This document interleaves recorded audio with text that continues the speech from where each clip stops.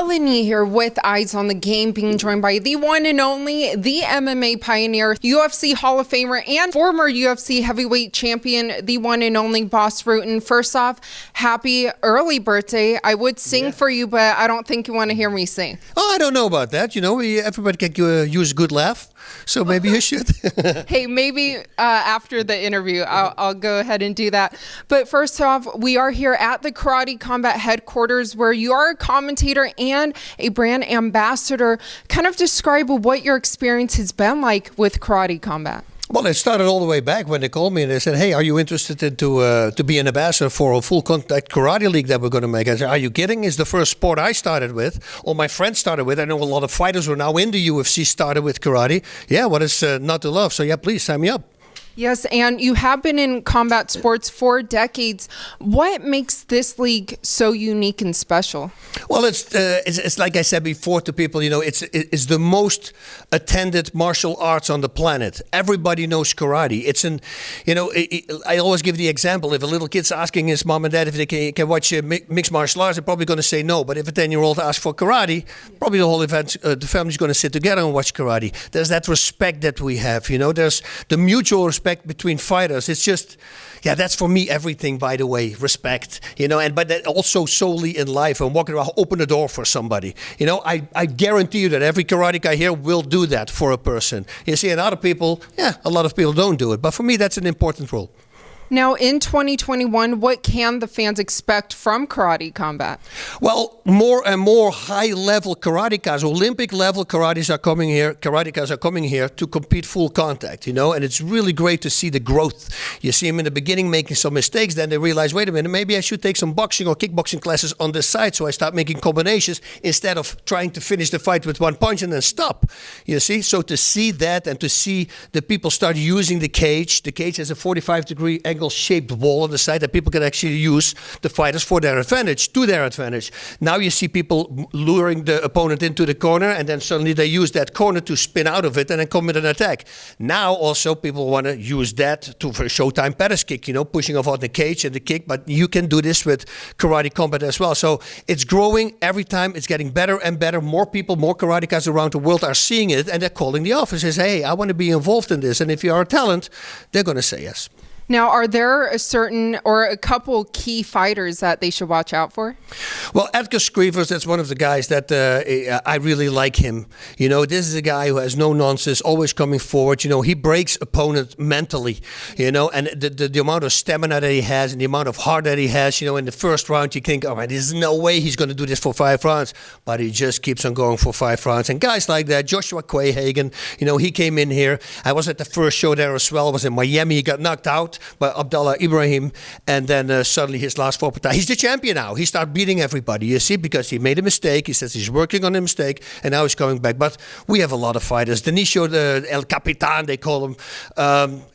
This guy, I said last time when I saw him fight, it's like almost like he knows what his opponent's going to throw. A head kick he ducks and a spinning kick he ducks. I mean, how can you do that? I mean, I couldn't do that as a mixed martial arts, but it looks like he already knows what's going to happen and he moves out of the way. Well, we will all be staying tuned for Karate Combat in 2021. But reflecting on your career, you made your pro MMA debut September 21st, 1993. When you kind of reflect and see that growth of MMA to where it stands today, what do you make of the evolution?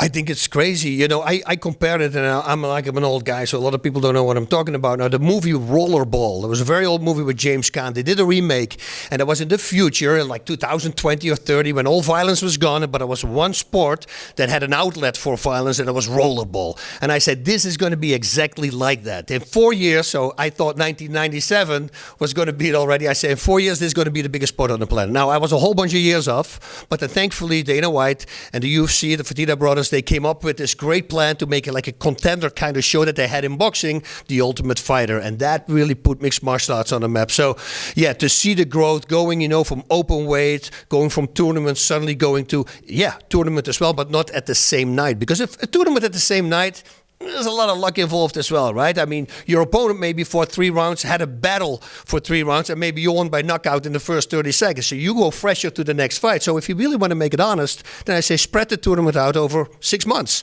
to make it good. So that been gone. The weight class has been gone, been added. The weight cutting, the way they do it right now, no more IV bags, because some people, they just cut way too much weight, which is a very dangerous thing because you you also drain your brain fluids, and that's why you see in boxing a lot of people get killed by boxing. So all that together, and then knowing that it's much safer than other sports, and people go, are you crazy? It isn't. I say, well, it is, because there's a lot of submission and grappling as well. So the face gets less damage, and especially also in training. So it's not as bad as people think at home. It is. Once you're there, you got an opponent right in front of you. You know what I think is crazy? Those guys on the motorcycles who make somersaults. That I think is dangerous. I completely agree with that. But another topic of debate that always kind of arises in MMA today are the judges and the scoring. Do you think any changes should be made in the judging and scoring system? Well, I always thought about maybe like a 9.5 round, something like that, because sometimes it's so close together that you cannot give somebody the advantage. So then if you say, okay, yeah, well, that was kind of a 9.5 round for him, and then the other, you see, so with half points, maybe can something be done there? But it's human error. That will always happen, and unfortunately for the fighters, but people know this in the future, and fighters will say it different. If you lose because of a bad decisions, in 10 years from now, they're going to say, or in 20 years from now, oh, he lost. But nobody's going to say, yeah, but you know what, that was that bad decision. But nowadays, with the internet, everybody can Google everything. It's not as bad. The bad thing, the worst thing is for a fighter, most of the time, those guys get paid double the amount if they win. You see, and then if you get robbed, yeah, that hurts. Well, do you think that the judges should have a MMA background or have fought? 100%. I truly believe that. That's why, I sometimes help with the California State Athletic Commission as well. We jump on a call. And these guys, by the way, that people notice at home, they do this every Thursday. Like all these referees, they go on a call and you're rewatching fights. They stream it. Everybody's on it. And then we all give our opinion who won the fight. And then you still have, these guys are all pros who fought for themselves. And then you still have sometimes that I think different than another person thinks. But then there's a debate, and then we're going to try to find out who was actually the winner. But the fact that they do that every single Thursday, I mean, that says a lot about the Athletic Commission. Absolutely. Now, speaking of debates, there's always a debate on who the greatest MMA fighter of all time is. Who do you think is the MMA GOAT?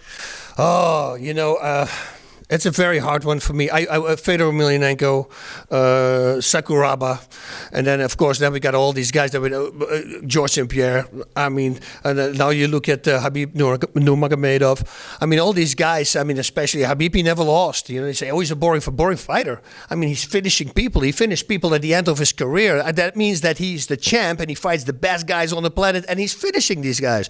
So he's not boring. To me, he's not boring. You see, so there's always a case to be made. But a chocolate. I don't think you should look at the losses they had at the end of their career. Look at a Chuck Liddell who just drilled and knocked out everybody, went to Pride, knocked out Alistair Overeem. I mean, it was crazy what he was doing. And now suddenly people start saying, yeah, but he lost his last 5 fights. Yeah, but he's getting older, Take that out of the equation. The same as Fedor Emelianenko. He just kept on fighting. But that guy was on such a tear.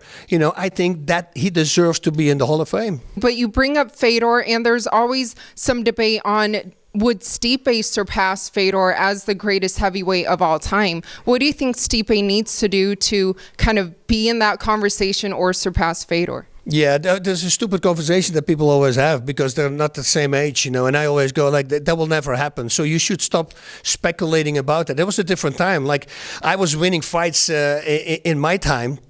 But the guys now, I got to be honest, these guys they go so much.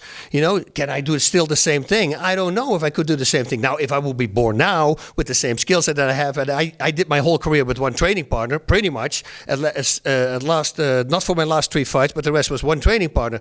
Well, everybody says you're only as good as your training partners are. Well, I had one guy who never submitted me in his entire life, so it's hard to find competition. Now, if you throw me in a camp like Greg Jackson with all these animals there, there. Let me roll with these guys. That's when you start growing. When people put pressure on you, you get better. You see, so you can never say this. Like Bruce Lee comes back to life and he's going to get knocked out, you know. But if he's going to give him 6 months, that's a whole different ball game. But straight from there, because the skill level is so much higher, I'm going to be stupid to say I'm going to go fight Israel Adesanya. He's going to stop me, you know. I mean, I'm not denying that. But you know, again, if I'm his age and I can train with the high level top guys, then I think it's going to be a different game. Well, you've accomplished so much, not only, like I mentioned, MMA pioneer, now karate combat commentator to movie star. Was there always something that you wish to achieve that you haven't yet? Stand-up comedy. That's and I shouldn't say that because now they want me to, but I always want to try that because that is the most nerve-wracking thing to do. And I think it's very hard to do. And that's why I kind of want to do it one time and just go up for 10 minutes or 5 minutes. Just crack a few jokes, make it funny, you know, and use stories that are real. I mean, I met some people that are, when I tell stories like that, you're going to go, there's no way this is real. Like people who don't know that I'm a fighter and he's going to tell me that he used to do karate, but not normal karate, street karate, you know, and his routine saved him 7 times his life. And I go, 7 times your life? I've been one time I fought 5 bouncers in Sweden that I thought, okay, this can go wrong. This might, because there's one guy who constantly tried to get my eyes out and I go, okay, this could be, I could die here. That was the only time. And I've been in some crazy situations. So this guy telling me that it's 7 times, what, you special forces guy? What are you? And then the way he was telling me, he says, I would do this. And he suddenly goes, son, he's shaking his fist in front of me. And he says, and when I do that, they all do this. And then I go, Fuh! And then they grab the throat, he says. And then I grab him by the neck. And now he locked eyes with me. And he goes, and he kept looking at me. And he threw the guy behind him. And he does this. And I go, nah, you never did that. I say, you practice that a lot in the mirror. I said, but you never did that. He didn't even call my bluff. I mean, he knew he was caught because he was nothing. But those stories, add some little things in there and then use that as a stand-up routine, I would love to. And only the reason is, like I said, is because it's nerve-wracking. I think it's one of the hardest things to do.